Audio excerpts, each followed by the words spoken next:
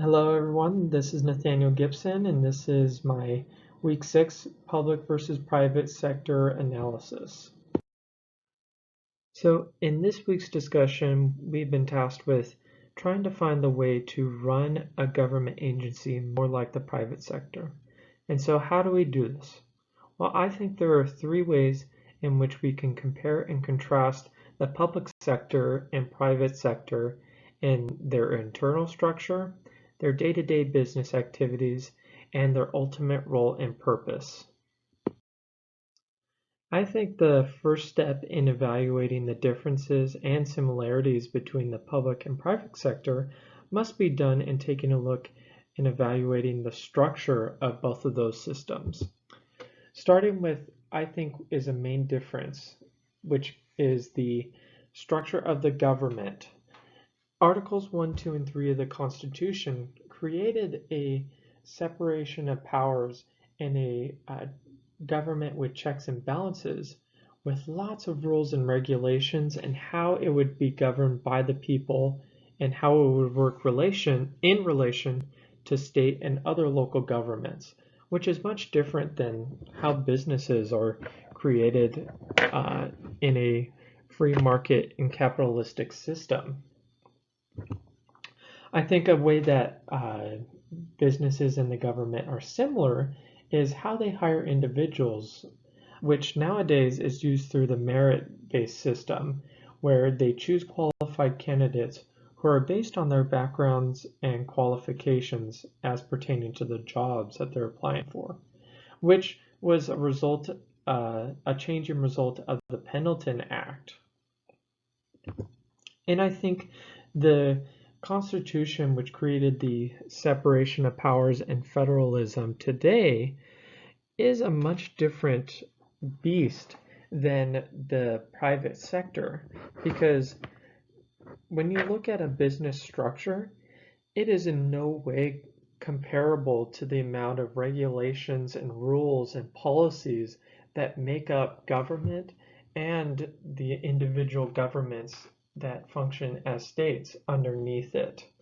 So I think if you were to take a look at Home Depot, for example, you wouldn't even begin to compare the two together. Another way of examining similarities and differences between the public and private sector is taking a look at the daily roles of those two systems as well.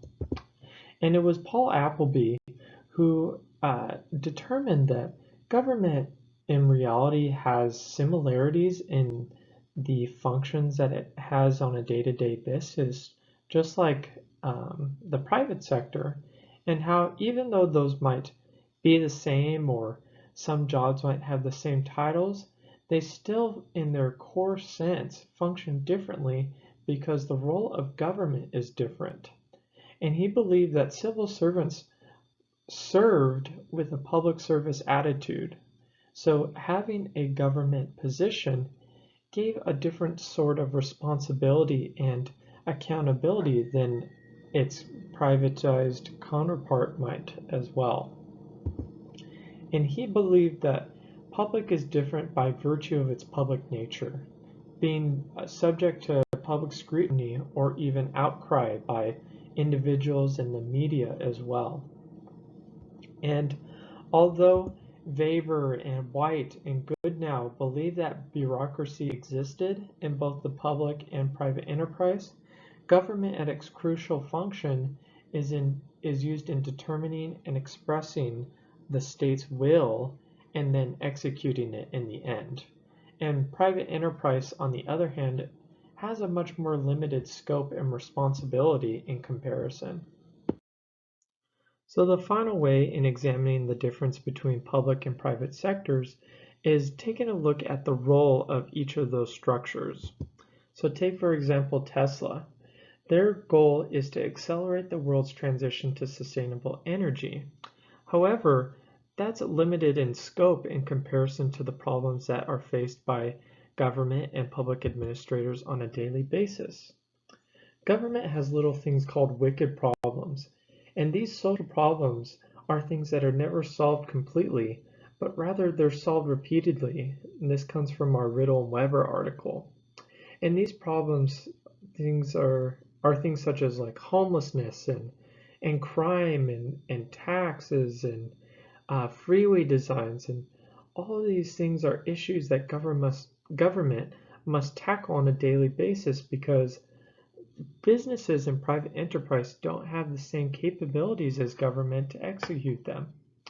And government must exist precisely for the reason that there is a need to have special persons in society who can be charged with the function of promoting and protecting the public interests, such as these.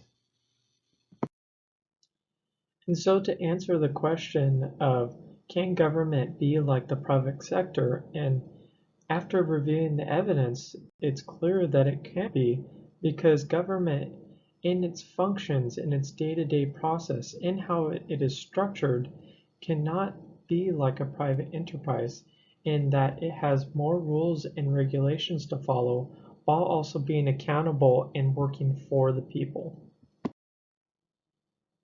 And here on this page, I've briefly listed all of the resources that I used to gather information for this article.